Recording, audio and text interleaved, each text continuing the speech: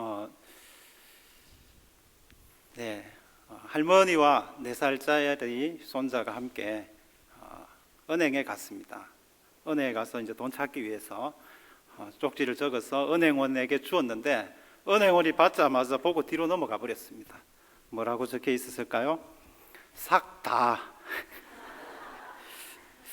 또 할머니가 이 손자가 보니까 굉장히 똑똑한 것 같아요. 그래서 아가야, 저 전화기가 무슨 색이니? 하니까 노란색요. 아, 우리 손자 천재구나.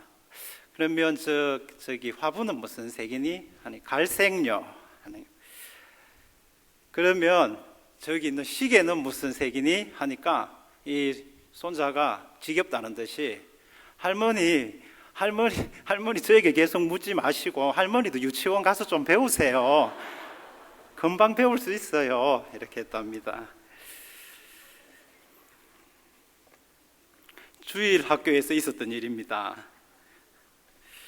시편 23편을 아이들에게 선생님이 가르치고 있었습니다. 여호와는 나의 목자시니 내가 부족함이 없으리로다. 그가 나를 푸른 초장에 누이시며 쉴 만한 물가로 인도하시는도다. 이때 한 학생이 선생님, 그 초장은 빨간색인데 왜 푸른색이죠? 그러니까 바로 뒤에 있는 애가 뒤통수를 딱 치면서 덩신아 와사비 아이가.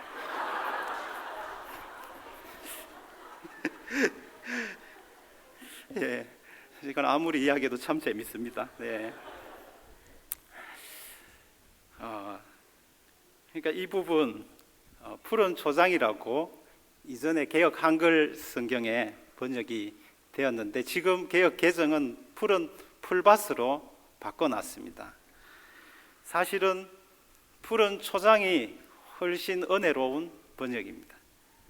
풀밭 정도가 아니라 초장인데 초장이 그 수많은 풀들이 쫙 펼쳐져 있는 그런 목초지 같은, 다른 표현을 하면 밀림 같은 그런 엄청난 은혜가 하나님으로부터 나온다는 것이죠. 여러분, 하나님의 은혜가 밀림과 같다, 이런 은혜의 세계를 동경해 본 적이 있습니까? 하나님의 은혜가 그냥 작은 숲 정도, 우리 집 뒤산 정도 어떤 그 정도가 아니라 밀림과 같은, 밀림을 안 가봤으니까 잘 모르겠죠. 밀림과 같이 그렇게 하나님의 은혜가 풍성합니다. 제가 얼마 전에 제자 훈련을 하면서 이렇게 이제 말씀을 전했던 적이 있습니다. 성경에는 성화의 은혜가 대부분입니다. 성화, 거룩하게 되는데 필요한 은혜가 대부분입니다. 그러니까 몇몇 분들이 이야기합니다. 목사님, 성화, 거룩하게 되는 거, 여기에 대해서 사람들이 별로 관심이 없는 것 같아요. 또 성화라는 말 너무 생소해요. 성화라는 교리 이런 거 들어본 적이 별로 없다고 이야기했습니다. 제가 자꾸 성화하니까 이름이 성화이신 분이 있을 거예요, 그죠? 제가 지금 앞에서 봐도 보이는데, 거룩하게 되는 것이 성화죠. 여러분, 성화의 교리를 잘 알고 있습니까? 특별히 오늘 제목처럼 성화의 소명이라는 말은 들어보셨습니까? 성경은 이 칭의의 은혜를 말하면서 동시에 성화의 은혜를 말씀하고 있습니다. 지금 유병헌 씨를 잡기 위해서 나라가 지금 난리법석입니다. 그들이 따르고 있는 구원파의 교리에는 성화의 교리가 없다는 것을 알고 계십니까? 구원받고 난 이후에 짓는 죄도 다 용서하셨기 때문에 회개할 필요가 없다라는 이것이 기쁜 소식 해서 기쁜 소식 선교회를 조직해서 그것을 우리는 일명 구원파라고 합니다. 죄를 지어도 회개하지 않아도 이미 다 용서해 주셨기 때문에 문제되지 않는다는 것이죠. 그럼 만약 우리가 거룩하게 되고자 하는 이러한 열망 없이, 그리고 회개하고자 하는 그런 신앙생활에 회개가 없다면 우리 또한 구원파적인 신앙을 하고 있을 수도 있습니다.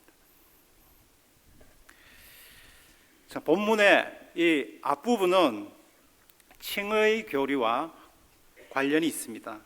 이제는 그의 육체의 죽음으로 말미암아 화목하게 하사. 이 전체 문맥은 예수님이 우리를 위해서 어떤 일을 하셨는가라는 그런 문맥 속에서 이 말씀 한 구절을 잡았습니다. 예수님은 우리가 죄인으로 있을 때에 십자가에서 대속의 죽음으로 말미암아 하나님과 우리의 관계를 다시 화목 관계로 바꾸어 주셨습니다. 또 죄인이 아니라 의인이라고 인정해 주셨습니다. 이것을 칭의라고 하죠. 이신칭의라 합니다. 믿음으로써 의롭게 되는 그 은혜의 길을 예수님을 통해서 열어주신 것입니다. 우리에게는 아무런 공로 없이 예수님의 십자가 공로로 우리는 의인이 되었습니다. 너무나도 잘 알고 있는 진리의 말씀이죠. 그런데 그 다음이 문제입니다. 구원받고 난 이후가 문제입니다. 구원받고 난 이후에 우리가 어떻게 살아야 할 것인가? 성경은 대부분 이 부분에 대해서 말씀하고 있습니다. 하나님은 우리를 구원하시고 또 구원의 은혜를 가지고 삶 속에서 계속 성화되어 가기를 바라십니다. 그래서 우리 속에 있는 이 악한 본성을 다스리면서 계속 더 거룩하게 성숙해 나가는 그런 사람이 되기를 원하십니다. 성화의 소명을 주셨습니다. 많은 사람들이 오해하고 있습니다. 예수 믿는 것을 오해합니다. 예수 믿는 것, 천국 가는 것. 그러니까 예수 믿고 천국 가는데 온통 초점이 있어서 복음 전하러 가면 믿지 않는 사람들도 그건 들어서 알고 있습니다. 그래서 나중에 힘이 없으면 그때 믿겠다. 좀 지금은 못 믿겠고 나중에 믿겠다. 이렇게 하는 사람들이 많습니다. 왜냐하면 그들은 성화의 교리를 모르기 때문에 그렇습니다. 그래서 마지막 순간에 예수 믿고 천국 가면 되지 않느냐, 예수 믿으면 되지 않느냐, 이런 정도로 많은 사람들이 이렇게 신앙생활을 합니다. 성화되는 삶, 예수 안에서 계속 거룩하게 되는 삶에 대한 관심과 갈망이 현저히 부족합니다. 마치 천국 가기 위해서 보험 하나 들어놓은 것 정도로 예수 믿고 사는 사람들이 있습니다. 예수를 믿은 후에도 전혀 그 인격과 삶의 영역에서 변화가 없습니다. 얼마 전에 한 분의 집사님으로부터 들은 이야기입니다. 마트에 가면 카운트를 보시는 분들, 그 계산하시는 분들 있죠. 보통 우리 사람들 여러분 어떤 관심을 많이 가지셔야 되는데 마트에 나와서 그 카운트에 나이도 좀 되시고 이런 분들이 카운트에 왜 나왔을까 했을 때 우리는 충분히 좀 이해하려는 그런 마음이 있어야 됩니다. 분명히 어떤 경제적인 어려움이 있었고 남편이 무슨 어려움이 있었고 그 가정에 어떤 어려움이 있었기 때문에 이 부인이 지금 나와서 그죠, 마트에서 일을 하는 거죠. 이 마트의 아줌마에게 복음을 전하러 이제 말을 꺼냈는데 이 아주머니가 하는 이야기가 우리 마트에 블랙리스트가 10명이 있는데 그 10명이 모교회 집사님과 권사님이라는 것입니다. 그게 무슨 일이냐고, 왜 그렇게 10명을 그렇게 블랙리스트를 잡았냐고. 다른 사람도 있을 건데. 근데 자기가 만났던 사람들 중에 나중에 알고 보니까 다 교회 다니는 사람들인데 그런데 이렇게 자신들을 무시할 수가 없다는 겁니다.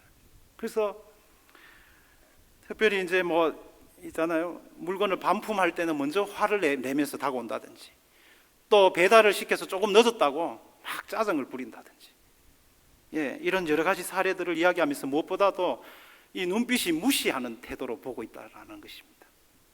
근데 뒤에 알고 보니까 그래서 지금 복음 전하러 왔지만은 제가 솔직히 마음이 안 열린다고 그렇게 이야기를 하는 것입니다. 물론 이제 그분은 그분 관점에서 이야기했겠지만은 우리는 그런 이야기를 듣고 좀 지혜를 가져야 됩니다. 이런 모습은 성화의 소명을 받은 자의 모습이 아닙니다. 친절과 배려, 이런 것들이 그리스도인들에게 나타나야죠. 어떻게 그리스도인 모습에서 무시라는 그런 느낌을 줄 수가 있겠습니까? 예수님을 믿고 있는데요. 자, 말씀의 뒷부분을 한번 읽어봅시다. 너희를 시작. 너희를 거룩하고 흠없고 책망할 것이 없는 자로 그 앞에 세우고자 하셨으니. 이 말씀은 예수님이 우리를 향한 진정한 목표입니다. 예수님께서 십자가에서 죽기까지 복종하시면서 우리를 살리신 이유는 너희를 거룩하고 흠없고 책망할 것이 없는 자로 하나님 앞에 세우고자 하는 것입니다. 우리가 그리스도인답게 사는 것, 성화되어가며 사는 것을 목표로 하기를 원하시는 겁니다. 엄청난 대가를 치르셨는데 우리는 아직도 이런 자신의 욕망을 따라서 살아가는 그런 사람으로 있어야 되겠습니까? 예수님의 목표가 우리의 목표가 되어야 될 줄 믿습니다. 베드로후서 3장 11절과 12절을 한번 읽어봅시다. 너희가 어떠한 사람이 되어야 마땅하냐? 거룩한 행실과 경건함으로 하나님의 날이 임하기를 바라보고 간절히 사모하라. 아멘. 너희가 어떠한 사람이 되어야 마땅하냐? 거룩한 행실과 경건함으로, 거룩한 행실과 경건함으로 계속 그렇게 살아서 성숙한 그러한 인격으로 하나님을 만나야 되지 않겠느냐라는 말씀입니다. 살아있는 동안에 우리는 거룩한 행실과 경건함으로 사는 것을 목표로 해서 매 순간마다 거룩하게 되기를, 또 이 성화의 소명을 받은 자의 삶을 사시기를 주의 이름으로 축원합니다. 자, 그렇다면 성화의 소명, 이 신자는 지금 저와 여러분은 어떤 상태에 있는지를 한번 살펴보겠습니다. 불신자는 자기 만족을 위해서 사는 사람입니다. 자기 만족, 자기의, 그러니까 자기가 옳다는 것을 증명하고 자기 중심으로 모든 것들이 이루어져야 한다라고 생각하는 사람이 불신자입니다. 그래서 자기 욕망과 이 온 우주의 중심에 자기를 따라서 이 우주가 돈다고 생각합니다. 그래서 하나님도 이런 하나님이 되어야 되고 하면서 각 모든 사람들을 판단하고 또 심지어 그러니까 하나님까지 판단하면서 그렇게 사는 사람입니다. 불신자가 하나님 있는지 없는지 그 문제는 아니고요. 그러니까 이 불신자의 마음은 온통 자기가 온 우주의 중심입니다. 그 중심에서 사는 사람입니다. 또 신자는 그렇다면 어떤 상태입니까? 자기 만족이 아닌 하나님의 만족을 추구합니다. 자기 의가 아닌 하나님을 높이는데 초점이 있습니다. 우리는 그것을 하나님께 영광을 돌린다라고 표현합니다. 또 온 우주의 중심에 하나님이 계시고 자신은 하나님이 원하시는 곳에 위치하여 살고자 하는 사람, 그 사람을 신자라고 그리스도인이라고 합니다.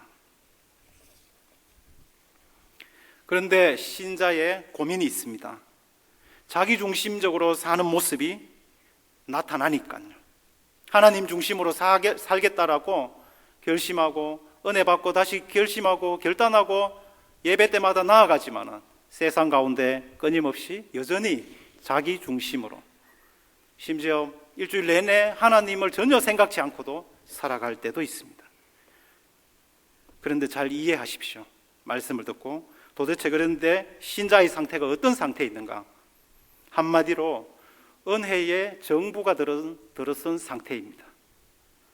예수님을 왕으로 모시고 그 중심에는 은혜의 정부가 있습니다. 예수님을 왕으로 모시고 살면서 은혜가 통치해 나가는 그런 마음을 갖고 있는 사람이 신자입니다. 그리스도인입니다. 그러니까 은혜의 정부가 들어섰다라는 표현, 예수님을 마음의 중심에 모셨다라는 표현과 같은 말입니다. 이걸 좀 비유로 든다면 이런 비유가 되겠습니다. 지금 6월달 우리는 한국전쟁이 있었던 6.25를 기억할 것입니다. 한국전쟁 때 우리나라가 거의 다 무너지고 이쪽에 이제 경상도 쪽에 일부 정도 남고 여기 우리 다부동이 있지만 다부 전투도 여러분 아시죠? 그러니까 엄청난 그 마지막 이제 코너에 몰렸었는데, 그런데 메가더 장군이 인천 상륙 작전을 하면서 전세가 2억 전이 되었잖아요. 그러면서 중간에 허리를 잘라버리면서 이제 다시 이 남한 정부를 회복했습니다. 그런데 남아있는 그 중간에 자르면서 남아있었던 빨치산들이 있었지 않습니까? 빨치산들. 예. 북한의 폐잔병들, 남아있었던 폐잔병들이 있지 않았습니까? 빨치산이 남아서 얼마간 이 남한 정부를 괴롭혔습니다. 신자의 상태가 이 상태입니다. 하나님의 은혜의 정부가 들어섰지만 여전히 잔존하고 있는 부패한 성향을 가진 이 죄의 세력에 의해서 계속 공격을 받고 있습니다. 빨치산들이 다 나중에는 제거가 된 것처럼 우리 주님이 오실 때 다 제거가 됩니다. 그래서 이 빨치산과 같이 이 부패한 성향, 이 본성이 아직도 우리 안에 남아 있습니다. 그래서 끊임없이 이 부패한 본성과 또 이 본성을 타고 들어오는 사단의 공격으로부터 우리는 끊임없이 거룩함을 추구해 나가야 합니다. 예수님을 믿고 나서 신자는 거룩하게 사는 삶으로 방향을 잡은 사람입니다. 거룩한 삶이 뭔지를 그때부터 제대로 알게 되는 것이 예수 믿은 사람들입니다. 예수님을 믿지 않는 사람들은 하나님과의 관계 설정이 안 돼 있기 때문에 거룩하게 사는 것이 무엇인지 모릅니다. 여러분, 거룩하게 사는 것이 무엇입니까? 하나님과 가까워지는 겁니다. 은혜는 하나님의 거룩한 영향력입니다. 하나님과 끊임없이 가까워지는 이것이 거룩함입니다. 그래서 신자는, 우리 그리스도인들은 거룩하게 살고자 하는 이 삶의 방향을 딱 잡은 사람입니다. 이 방향을 딱 잡았다면 이제 거룩하게 사는 거죠. 성화의 소명을 다 받았습니다. 여기 계신 모든 분들이 성화의 소명을 받았습니다. 옆에 분과 한번 인사합시다. 우리는 성화의 소명을 받았습니다. 네, 이런 인사를 자주 하면 좀 썰렁하겠어요, 그렇죠? 예, 근데 분명히 성화의 소명을 다 받았습니다, 여러분. 우리는 극상품 포도나무로 이 땅에 심겨진 자들입니다. 좋은 포도를 맺어야 할 소명을 받았습니다. 이사야 5장 2절을 함께 읽어보겠습니다. 시작. 땅을 파서 돌을 제하고 극상품 포도나무를 심었도다. 그 중에 망대를 세웠고 또 그 안에 술터를 팠도다. 좋은 포도 맺기를 바랐더니 덜 포도를 맺었도다. 이것은 하나님이 이스라엘 백성을 향한 탄식입니다. 하나님은 이스라엘 백성을 극상품 포도나무로 불러서 심었는데, 그래서 좋은 포도 맺기를 바래서 이 백성들을 인도하셨는데 이들은 덜 포도를 맺었다는 것입니다. 이것이 하나님의 아픔이었습니다. 여러분, 우리는 좋은 포도 맺읍시다. 성화는 인간 어떤 본성에 의해서 어떤 본성의 어떤 자신의 능력으로 이루는 것이 아닙니다. 자기가 노력해서 도덕적으로 어떤 부분을 개선시키는 것이 성화가 아닙니다. 잘 기억하셔야 합니다. 죄인인 죄인의 성품을 가진 인간이 아무리 노력하더라도 그것은 하나님 보실 때는 불결한 것입니다. 그래서 성경은 너희 의인은 누더기 옷 입고 있는 것과 같다라고 말씀했습니다. 그러니까 하나님이 얼마나 거룩하고 깨끗하십니까? 그 하나님 앞에서 우리가 아무리 인간의 본성을 가지고 의를 세운다 하더라도 하나님이 보실 때는 누더기 옷 정도입니다. 그래서 성화의 주체가 우리가 될 수가 없습니다. 나 자신의 본성이 될 수가 없어요. 그러면 어떻게 해요? 은혜의 정부가 들어섰지 않습니까? 왕이신 예수님을 모시고 있지 않습니까? 성령의 능력을 인정하지 않습니까? 성령의 능력 곧 은혜입니다. 성령의 능력, 성령의 인도하심으로 성화를 이룰 수 있습니다. 성령의 은혜롭고 지속적인 작용, 이것이 성화의 주체입니다.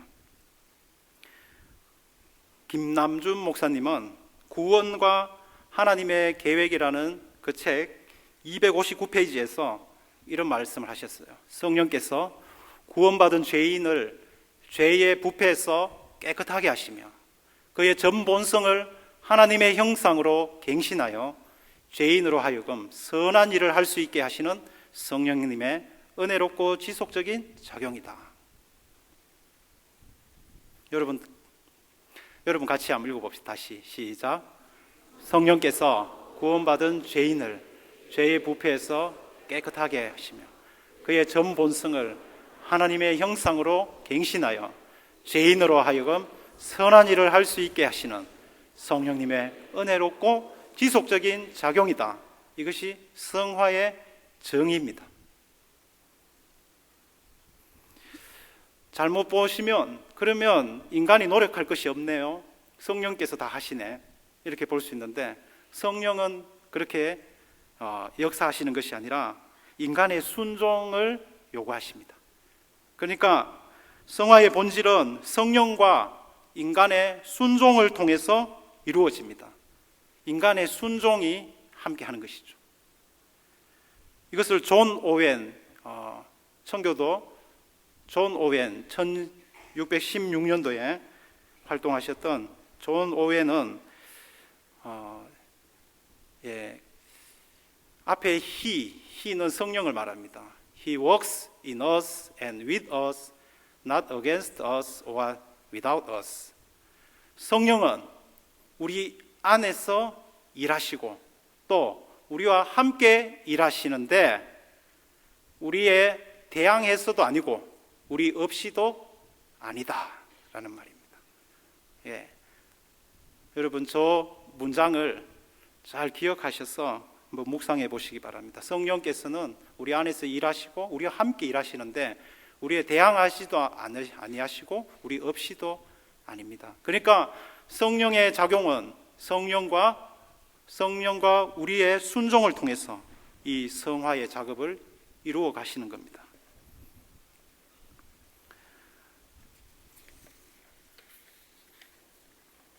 여러분 거룩함, 이 성화, 거룩함 없이는 행복도 없습니다. 현대의 화두는 행복입니다.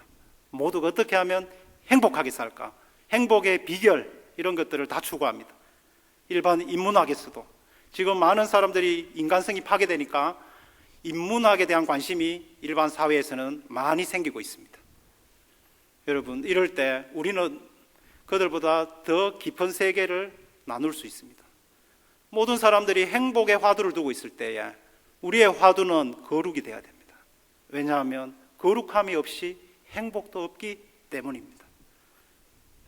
그렇다면 거룩함은 우리를 행복하게 만드는 길인데 이 길을 걷기 위해서 먼저 신령한 은혜의 세계가 있다는 것을 여러분 마음을 활짝 여시고 신령한 은혜의 세계가 있다는 사실을 받아들이십시오. 수도가 생기기 전에 마을마다 우물이 있었습니다. 우물을 파서 공동으로 생활했습니다. 우물 중심으로 마을이 생길 정도였죠. 무더운 여름날 그 우물에서 물을 퍼서 마시면 정말 시원합니다. 너무나도 그 햇빛이 내리쬐일 때, 쨍쨍 내리쬐일 때, 그때 이 두레박을 가지고 좀 더 깊은 곳에 내려서 우물을 팝니다. 그러면 그 속에 시원한 물이 나오죠. 좀 더 깊은 곳에서. 신앙 세계에도 여러분 깊은 은혜의 세계가 있습니다. 깊은 산속에 가면 맑은 공기를 체험할 수 있습니다.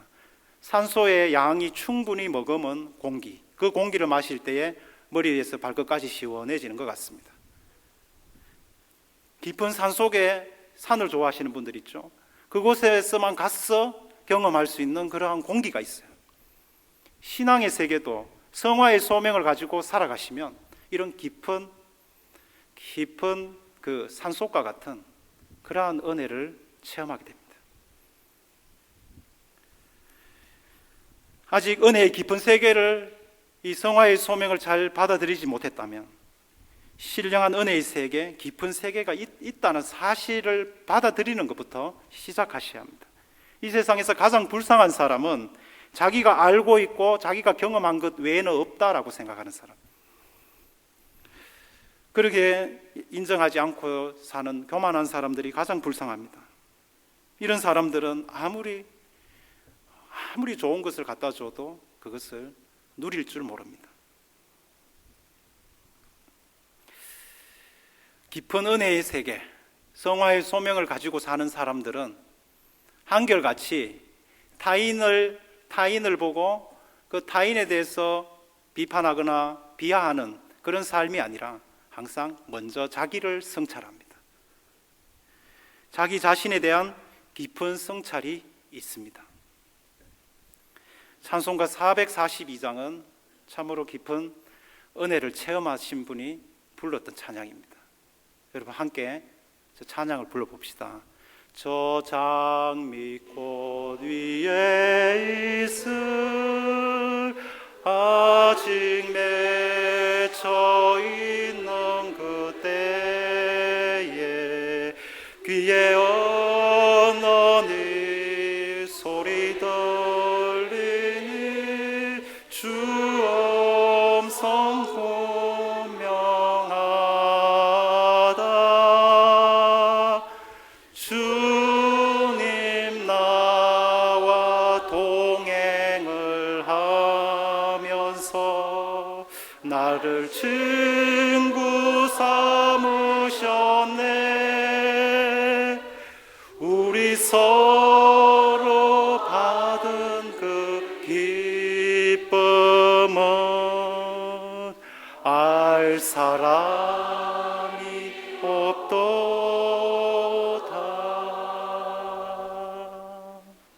할렐루야. 신령한 은혜의 폭포수 같은 이 은혜를 경험한 사람의 찬양입니다. 여러분, 이 찬양이 여러분들의 고백이 되기를 바랍니다. 성화의 소명을 이루기 위해서는 마음부터 지켜야 합니다. 잠언 4장 23절입니다. 모든 지킬 만한 것 중에 더욱 내 마음을 지키라. 생명의 근원이 이에서 남이니라.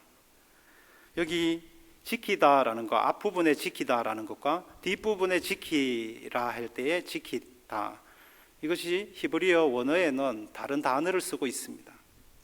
앞에 것은 샤마르라는 단어인데 망을 보다, 파수하다, 준수하다.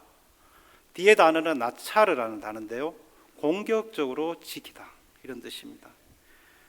마음을 지키는데 이 나차르를 기억하시기 바랍니다. 어떻게 해요? 공격적으로, 저 말은 적극적으로 지키라, 또 부지런히 지켜라, 주의 깊게 지켜라 라고 그렇게 번역할 수 있습니다. 성을 지킬 때를 생각하면 됩니다. 성을 지킬 때, 성을 지키기 위해서 성주의를 환하게 해놓습니다. 횃불 같은 것으로. 또 예상되는 침투 경로를 파악해서 척후대를 보내서 침투 조짐도 살핍니다. 또 침투 길목에 군사를 매복시켜서 순간적으로 공격하기도 합니다. 성 안에 있는 모든 역량을 총집결하여서 성을 지킵니다. 왜냐하면 성이 무너지면 그 한 도시가 다 무너지기 때문입니다. 잠언 말씀에서 모든 지킬 만한 것보다 내 마음을 지키라라는 것은 우리가 살아가면서 가장 지켜야 될 것이 있는데 그것이 마음이라는 것이죠. 모든 역량을 다해서 마음을 지켜라. 이것이 지혜로운 사람이 살아가는 법입니다. 성화의 소명을 받은 사람이 가져야 될 자세입니다. 그렇다면 지켜야 할 마음은 어떤 마음일까요? 그것은 부드러운 마음입니다. 에스겔서 36장 26절에서 27절입니다. 읽어봅시다. 또 새 영을 너희에게 두고 새 마음을 너희에게 주되 너희 육신에서 굳은 마음을 제거하고 부드러운 마음을 줄 것이며 또 내 영을 너희 속에 두어 너희로 내 율례를 행하게 하리니 너희가 내 규례를 지켜 행할지라. 부드러운 마음을 주목하십시오. 예수 믿는 사람은 이미 부드러운 마음을 하나님이 주셨습니다. 그 부드러운 마음은 하나님과의 관계가 회복될 때에 생기는 마음이고 하나님 말씀의 은혜를 지속적으로 받을 수 있는 그런 유연함이 있는 마음이고 또 하나님과의 관계를 가장 소중히 여기면서 죄를 멀리하는 마음이 부드러운 마음입니다. 버려야 할 마음도 있습니다. 히브리서 3장 13절입니다. 시작. 오직 오늘이라 일컫는 동안에 매일 피차 권면하여 너희 중에 누구든지 죄의 유혹으로 완고하게 되지 않도록 하라. 완고한 마음입니다. 완고한 마음. 이 완고라는 이 히라브 단어는 해골이라는 뜻입니다. 해골 또 피골이 상접한 상태를 말합니다. 완고함은 수분이 모두 증발되어서 돌처럼 딱딱하게 된 그런 상태의 마음을 말합니다. 마음이 해골처럼 되었다. 네. 수분이 다 증발된 그러한 딱딱한 어떤 물체같이 되어버렸다. 여러분, 이 마음은 하나님의 은혜를 받아들일 수 없는 마음이고 또 말씀의 영향을 받고자 갈망하는 이런 마음이 없는 상태고 다른 사람들과의 관계도 무감각하고 그러한 완고한 태도로 사는 겁니다. 무엇보다도 불순종이 가득합니다. 짜증과 화가 가득합니다. 완고한 마음이 계속 자리 잡으면 마음이 무너지고 메마른 삶을 삽니다. 기도도 안 되고 신앙의 차가운 형식만 남아 있습니다. 완고한 마음을 버리고 부드러운 마음을 유지하며 지키시기를 바랍니다. 게으름을 조심해야 합니다. 여기 게으름은 단지 일을 하지 않는 그걸 말하는 것이 아닙니다. 성경에서 말하는 게으름은 굉장히 근본적이고 깊이 있는 말씀을 우리에게 줍니다. 게으름은 부패한 우리의 본성과 연결되어 있는 모습입니다. 게으름의 정체는 자기 마음의 정욕대로 살고자 하는 강한 욕망입니다. 자기 마음의 정욕대로 살고자 하는 강한 욕망. 하나님의 영광을 위한 목표가 아니라 자기 자신 속에 있는 욕망이 목표인 사람, 이 사람을 게으른 사람이라고 합니다. 성경에서는. 예를 들어서 우리 아이들이 PC방에 가서 밤을 새워가면서 게임을 합니다. 행동의 측면에서 보면 굉장히 부지런하죠. 2, 3일씩 컵라면 먹으면서 밤을 새워서 게임에서 최고 강자가 됩니다. 그랬을 때에 야, 너 정말 부지런하다. 그리고 또 그 게임을 또 정복했니 하면서 칭찬하시는 부모님 계세요. 그 아이는 게임을 통해서 그 마음에 그 욕망을 자기 욕망을 충족하는 것이 그것이 목표가 되어 있기에, 그 목표도 아닙니다만 그런 욕망이 사로잡혀 있기에 이것은 게으른 모습입니다. 우리의 삶 속에서 자기 만족과 또 자기 욕망이 목표가 되면 모두 게으른 삶입니다. 하나님의 영광이 목표가 되어서 사는 사람이 부지런한 사람이고 지혜로운 사람입니다. 청교도 존 오웬은 순전한 그리스도인의 궁극적인 특징은 하나님의 영광이라는 분명한 삶의 목표를 가지고 산다라는 것이죠. 삶의 모든 것이 하나님의 영광을 위해서, 하나님을 높이는, 하나님의 이름을 드러내는, 거기에 모든 초점이 맞춰져 있는 사람, 그 사람을 성경적으로 부지런한 사람이라고 합니다.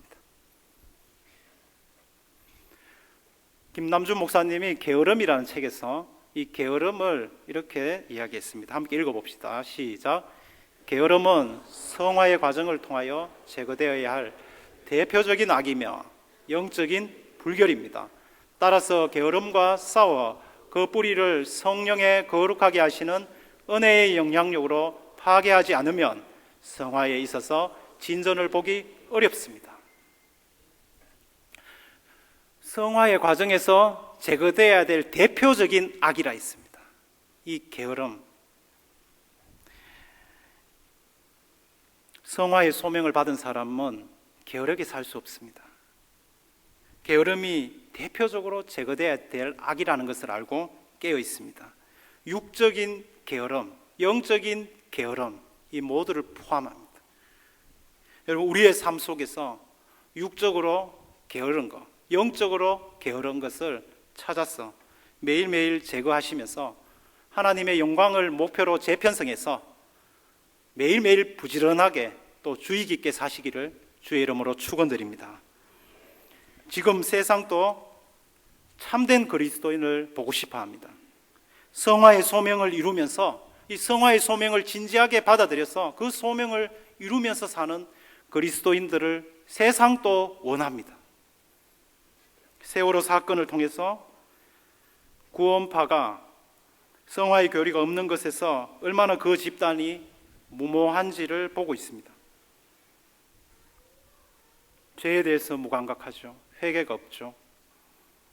성화의 소명이 없는 자들의 모습입니다. 그러나 우리는 죄를 지으면 영적으로 치명적인 타격을 입으며 회개하고 진실한 마음으로 서지 않으면 견딜 수 없는 그런 신앙의 체계를 가지고 있습니다. 여러분, 이 자체가 은혜입니다. 하나님 앞에 무릎 꿇고 회개할 수 있다는 게 이게 큰 은혜입니다. 이런 체계를 갖고 있다는 것, 이러한 진리를 붙잡고 있다는 것, 이것이 얼마나 큰 은혜인 줄 모르겠습니다.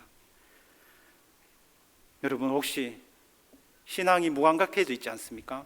성화의 소명을 진지하게 받아들이지 않고 그냥 죄를 지어도 회개하지 않고 그렇게 지나버리는 그런 신앙의 모습들 없습니까? 성화의 소명을 이루기 위해서 신령한 세계가 마음껏 있다는 것, 깊은 은혜의 세계가 있다는 것을 기억하시고 사모하며 갈망하시기 바랍니다. 신앙의 초점을 자꾸 외부로 보지 마시고 내부로 봐서 계속 자기 자신이 영혼의 상태가 어떠한지 거기에 초점을 맞추고 마음을 지키시며, 그리고 내 속에 있는 육적으로 영적으로 게으른 것이 무엇인지 살펴서 하나님의 영광을 위해서 내가 움직이지 않고 있는, 내가 마음을 쓰지 않고 있는 그러한 부분들이 있다면 오늘 이 순간부터 살피셔서 매일매일 부지런히 또 주의 깊게 살아가셔서 이 성화의 소명을 다 이루시기를 주의 이름으로 축원드립니다.